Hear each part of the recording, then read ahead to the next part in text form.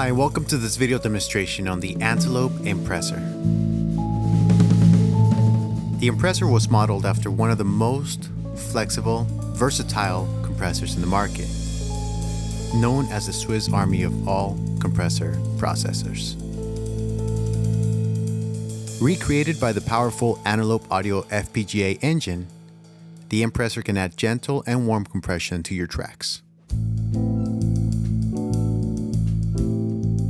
In this video, I'm going to show you how to use the Impressor across a live recording.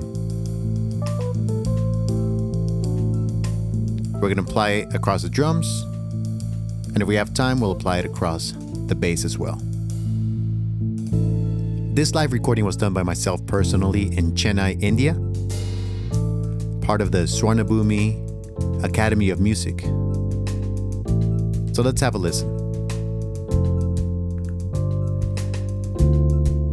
In my session, I'm grouping all the drums to the drum group, where I'm using insert 11 and 12. This corresponds to the Antelope Effects control panel, channels 11 and 12.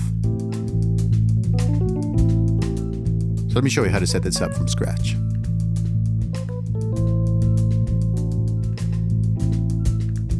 The first thing that I like to do when I use the Impressor is bypass it and bring the input down to 30. This guarantees proper gain matching.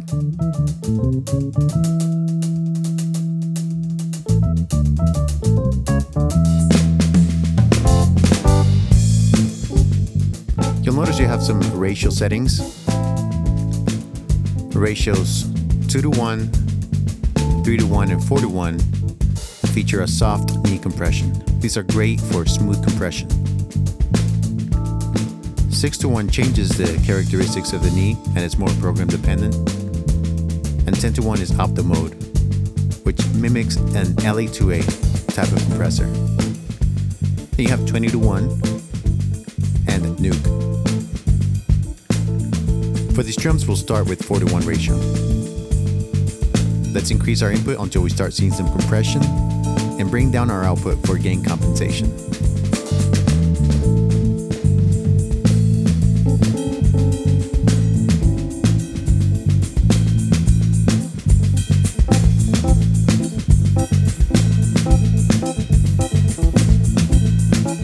If you turn the attack all the way down to 0 and the release to 0, those are the fastest settings.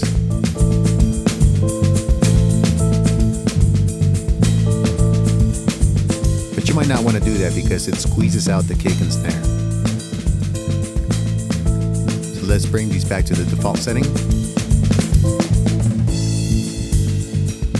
Notice how the snare and the kick are causing the compressor to overreact. So there's a couple of ways that you can do to address that. You can engage the detector by double-clicking on it. Set it to 110. That means that anything below this frequency is going to be ignored by the compressor.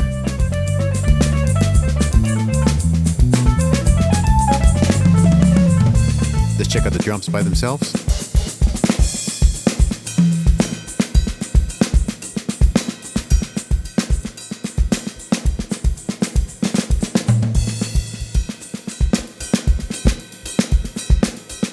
Let's open up the attack a little bit.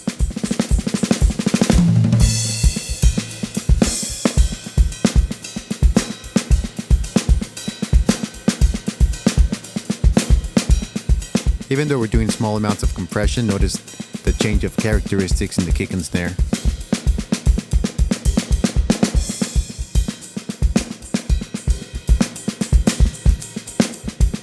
This setting makes the kick sound fatter.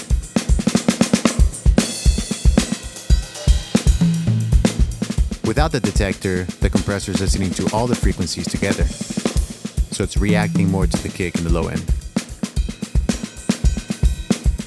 We're getting more gain reduction of about 9 dB. But once we engage the detector, that changes. So let's go ahead and rewind this back to the break section. And let me show you another trick.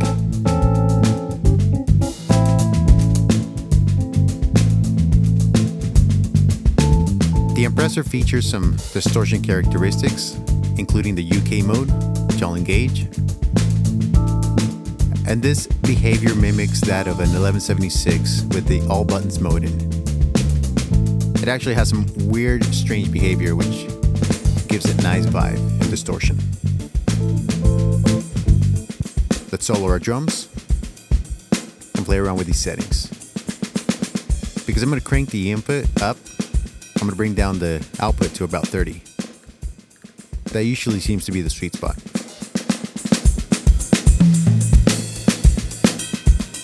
Right there, you should start hearing the kick and the snare sound different.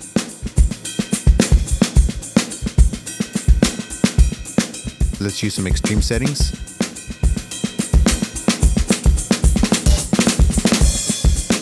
The kick and the snare are breaking up. You hear more tone out of the toms.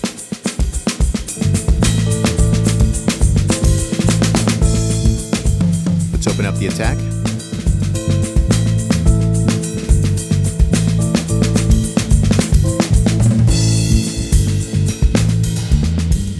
This is before.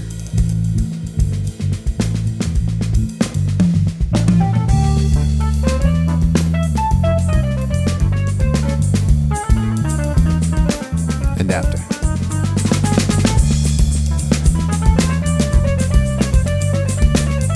So let's go back to our original settings here. 2 to 1.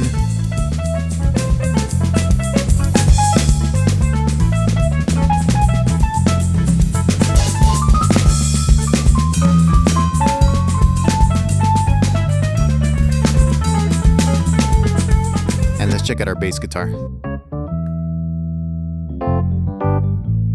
And for the bass guitar, I'm going to use the opto setting.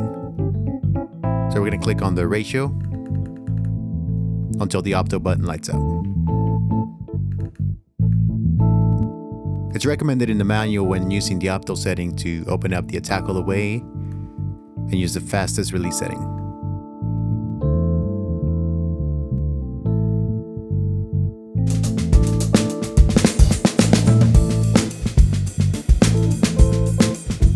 That sounds nice and fat.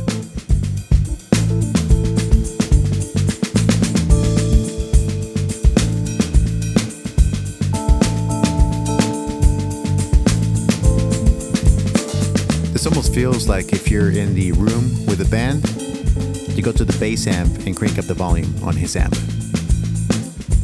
Just makes it feel nicer. Now let's see what we can do to completely annihilate this bass.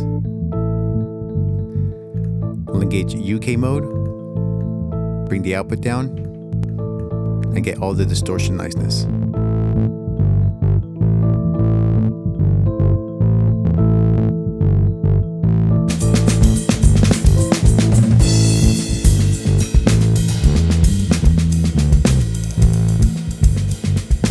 That sounds like an old classic Doors song. Nice. Let's go ahead and tame it back a little bit. This time let's try to use second and third harmonic distortion.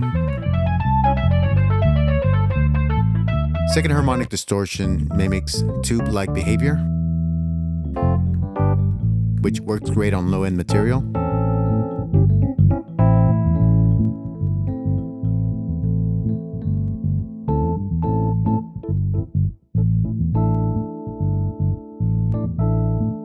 And third order harmonic mimics tape-like effect, where it squeezes the top and the bottom end of the waveform.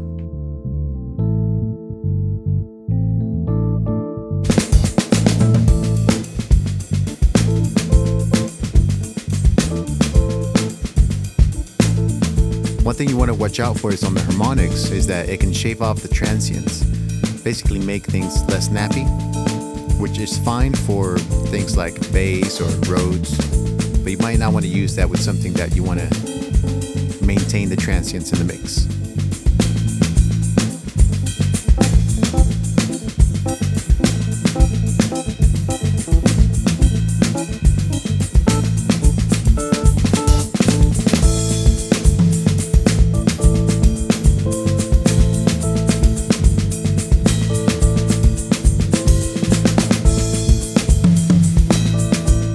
So that's an overview on how to use the Impressor across a live recording.